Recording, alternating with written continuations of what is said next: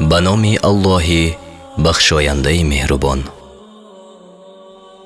بعضی از دوستان و برادران سوال‌های پیدا می‌شوند درباره ازدواج. چون این سوال‌ها می‌کنند: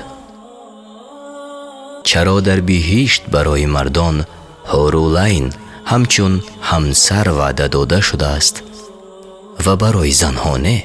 و یا چرا برای مردها در دنیا ازدواج نمودن با بیش از یک زن اجازت است و برای زنها تنها یک مرد؟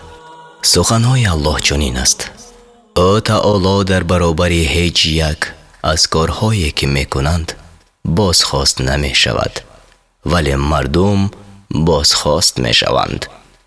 سوره انبیا آیت 23. بعضی از دانشمندان بر این باورند که اشکال وجود ندارد اگر بعضی از حکمتهای آن از نصوص شرعی بیان شود. اینجا خواستیم به این سوال پاسخ گوییم. پاسخ یک: چنانه که معلوم است یکی از طبیعت زنها حیا است، بنابراین الله بزرگ زنها را بر آنچه که از آن شرم می‌دارند شوقمند نمی‌سازد. دوم: چنانه که معلوم است شوق زن برای مرد مانند شوق مرد برای زن نیست، یعنی شوق مرد برای زن بالاتر از هر چیز است، چنانه که در حدیث از رسول الله صلی الله علیه و سلم آمده است: پس از خود برای مردها چیز زیان آورتر از زنها نگذاشتم. حدیث بخاری. اما شوق و رغبت زنها در برابر زینت و زیبایی بالاتر از مردهاست.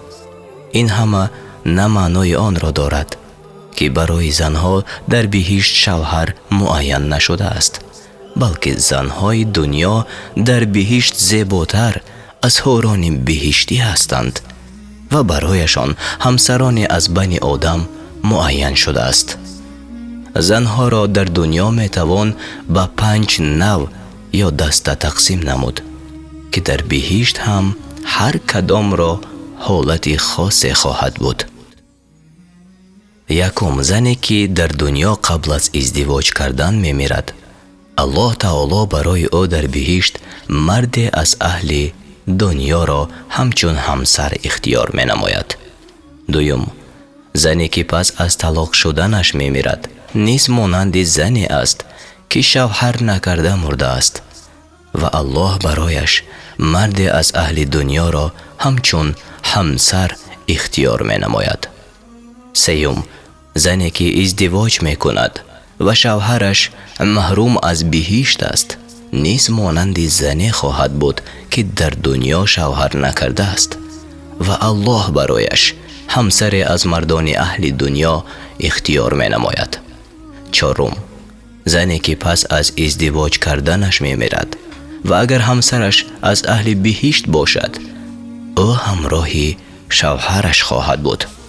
پنجم: زنی که شوهرش می میرد و باز ازدواج می نماید و در بهشت همسر همان شوهر خواهد بود که آخران بار با او ازدواج نموده است، چنانه که فرموده رسول الله صلی الله علیه و سلم: زن برای آخرین شوهرهایش خواهد بود. حذیفه الله از او راضی باشد برای همسرش باره گفت: اگر خواهی که در بهشت همسری من باشی پس بعد از من با کسی دیگر ازدواج نکن، زیرا زن در بهشت همراه آخرین شوهرش خواهد بود. همین بود که الله برای همسران رسول الله صلی الله علیه و سلم ازدواج کردن را پس از او صلی الله علیه و سلم حرام نمود، زیرا آنها در بهشت همسران او صلی الله علیه و سلم خواهند بود. زنها در بهشت در حال وارد می شوند که دوشیزه و جوان هستند، چنانه که رسول الله صلی الله علیه و سلم به پیرزنی که به نزد او صلی الله علیه و سلم آمد و پرسید که آیا پیرزنها داخل جنت می شوند؟ رسول الله صلی الله علیه و سلم گفت نه.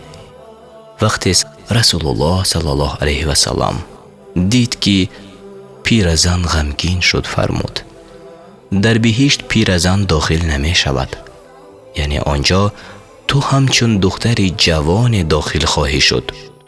در پایان نباید فرموده رسول الله صلی الله علیه و سلم را فراموش کرد که گفتند اگر زن نماز پنجگانه‌اش را ادا نماید، ماه رمضان را روزه بدارد، خود را از ناشایستگی نگه دارد و فرمانبردار شوهرش باشد، به او گفته می شود از هر کدام درهای بهشت که می خواهی داخل بشو.